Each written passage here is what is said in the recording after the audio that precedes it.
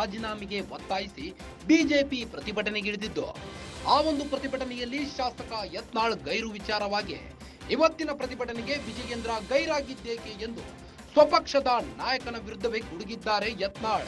BJP ನಾಯಕರಿಗೆ ಶಾಸಕ Yatnal counter ನೀಡಿದ್ದು, ಹಿಂದೂ ಸಮಾಜದ ವರ್ಗ ಸಂಘಟನೆ ಮಾಡುತ್ತೇವೆ, ಕಾಂಗ್ರೆಸ್ ಸರ್ಕಾರ ಮುಸ್ಲಿಮರ ಓಲೈಕೆ ಮಾಡುತ್ತಿದೆ, ರಾಯಣ್ಣ ಬ್ರಿಗೇಡ್ಗೆ ಆರ್ಸಿಬಿ ಅಂತ ಏನು ಹೆಸರು ಇಟ್ಟಿಲ್ಲ ಎಂದು ಕೌಂಟರ್ ನೀಡಿದ್ದಾರೆ.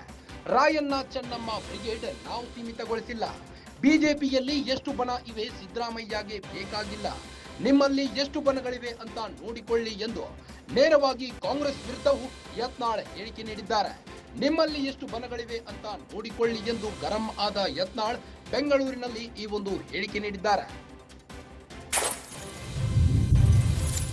ಇವತ್ತಿನ ಪ್ರತಿಭಟನೆಗೆ ವಿಜಯೇಂದ್ರ ಗೈರಾಗಿದ್ದೇಕೆ ಎಂದು ಯತ್ನಾಳ್ ಗರಂ ಆಗಿದ್ದು, ಬಿಜೆಪಿ ನಾಯಕರಿಗೆ ಶಾಸಕ ಯತ್ನಾಳ್ ನೇರವಾಗಿಯೇ ಕೌಂಟರ್ ಕೊಟ್ಟಿದ್ದಾರೆ. ಹಿಂದೂ ಸಮಾಜದ ವರ್ಗ ಸಂಘಟನೆ ಮಾಡುತ್ತೇವೆ, ಕೈ ಸರ್ಕಾರ ಮುಸ್ಲಿಮರ ಓಲೈಕೆ ಮಾಡುತ್ತಿದೆ, ರಾಯಣ್ಣ ಬ್ರಿಗೇಡ್ಗೆ ಆರ್ಸಿಬಿ ಅಂತ ಏನು ಹೆಸರು ಇಟ್ಟಿಲ್ಲ ಎಂದು ಬಿಜೆಪಿ ನಾಯಕರಿಗೆ ಕೌಂಟರ್ ಕೊಟ್ಟಿದ್ದಾರೆ.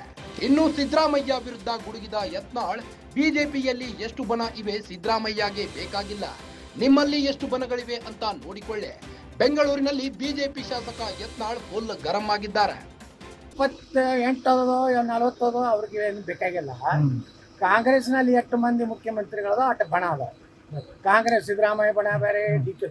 ಈ ಎಲ್ಲ ಹೋರಾಟದ ಹಿಂದೆ ಯಾರದಾರಪ್ಪ? ಇವೆಲ್ಲ ಅವ್ರ ಸಿದ್ದರಾಮಯ್ಯನವ್ರ ವಿರುದ್ಧ ಇರುವಂಥದ್ದು, ಮಲ್ಲಿಕಾರ್ಜುನ್ ಖರ್ಗೆ ವಿರುದ್ಧ ಇರುವಂಥ ಎಲ್ಲ ಮಾಹಿತಿ ಕೊಡೋರು ಯಾರು? ಅವ್ರ ಪಾರ್ಟಿಯವರೇ. ಯಾರು ಸರ್? ಡಿ.ಕೆ. ಶಿವಕುಮಾರ್ ಅವರೇ ಭಾಳ ಪ್ರಭಾವಿ ನಾಯಕ ಕರ್ನಾಟಕದ. ಅವ್ರು ಕೊಡ್ಲಕತ್ತಾರೆ, ನಾವಲ್ಲ.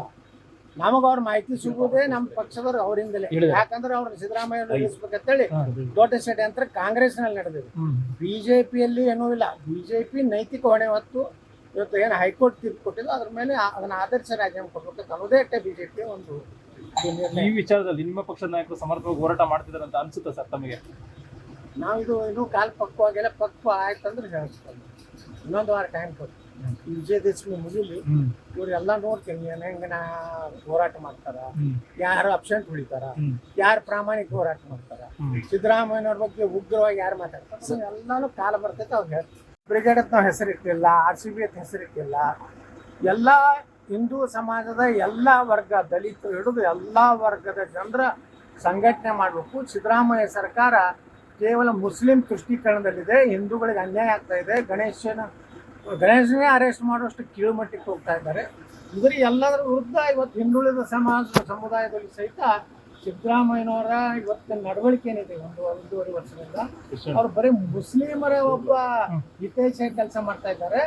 ಅವರು ಹಿಂದೂಗಳ ಪರವಾಗಿ, ಹಿಂದುಳಿದವರ ಪರವಾಗಿ, ದಲಿತರ ಪರವಾಗಿ ಯಾವುದೇ ಕೆಲಸ ಮಾಡ್ತಾ ಇಲ್ಲ. 10,000 ಕೋಟಿ ರೂಪಾಯಿ ದಲಿತರಿಗೆ ಹಾಕಿದ್ರು. ಅಲ್ಲಿಂದ ವಾಲ್ಮೀಕಿ ಹಗರಣ ಅಲ್ಲೇ ಮುಚ್ಚಾಕುವಂತ ಪ್ರಯತ್ನ ಮಾಡಿದ್ರು. ಇದೆಲ್ಲ ನೋಡಿದ್ಮೇಲೆ ಹಿಂದುಳಿದವರಲ್ಲಿ ಬಲ್ಲಿನೂ ಸಹ ಸಿದ್ದರಾಮಯ್ಯ ಬಗ್ಗೆ ಇವತ್ತು ಬಹಳಷ್ಟು ಒಂದು ನಿರಾಶೆ ಮೂಡಿದೆ. ಅದಕ್ಕೆ ನಾವು ಸಂಘಟನೆ ಅಲ್ಲಿ ಈಶ್ವರಪ್ಪನವರು ಹಿಂದುಳಿದ ನಾಯಕರದ ನಾವು ಎಲ್ಲರೂ ಕೂಡಿ, ಬರೀ ರಾಣಿ ಚೆನ್ನಮ್ಮ, ಸಂಗೊಳ್ಳಿ ರಾಯಣ್ಣ ಶ್ರೀಮಂತಲ್ಲ, ಸಮಸ್ತ ಹಿಂದೂಗಳು ಎಲ್ಲ ದಲಿತರು ಹಿಡಿದು ಲಿಂಗಾಯತ ಬ್ರಾಹ್ಮಣ ಹಿಡಿದು ಒಂದು ಎಲ್ಲರಿಗೂ ಸಾಮಾಜಿಕ ನ್ಯಾಯ ಕೊಡುವಂತ ಹೋರಾಟ ಮಾಡ್ತೀವಿ. ಇಷ್ಟು ಅಗ್ರೆಸಿವ್ ಆಗಿ ಹೋಗ್ತಿರುವಂತ ಯತ್ನಾಳ್ ಅವರಿಗೆ ಪಾರ್ಟಿಯಿಂದ ಬೆಂಬಲ ಇದೆ ಸರ್ ಕೆಲವೊಂದ್ ಕಡೆ, ಕಾಂಗ್ರೆಸ್ ಬಿಜೆಪಿ ಹೈಕಮಾಂಡ್ ದೇವ್ರ ಕಾಂಪ್ಲೇಟ್ ಅಲ್ಲ. ಯಾಕಂದ್ರೆ ಗಣಪತಿ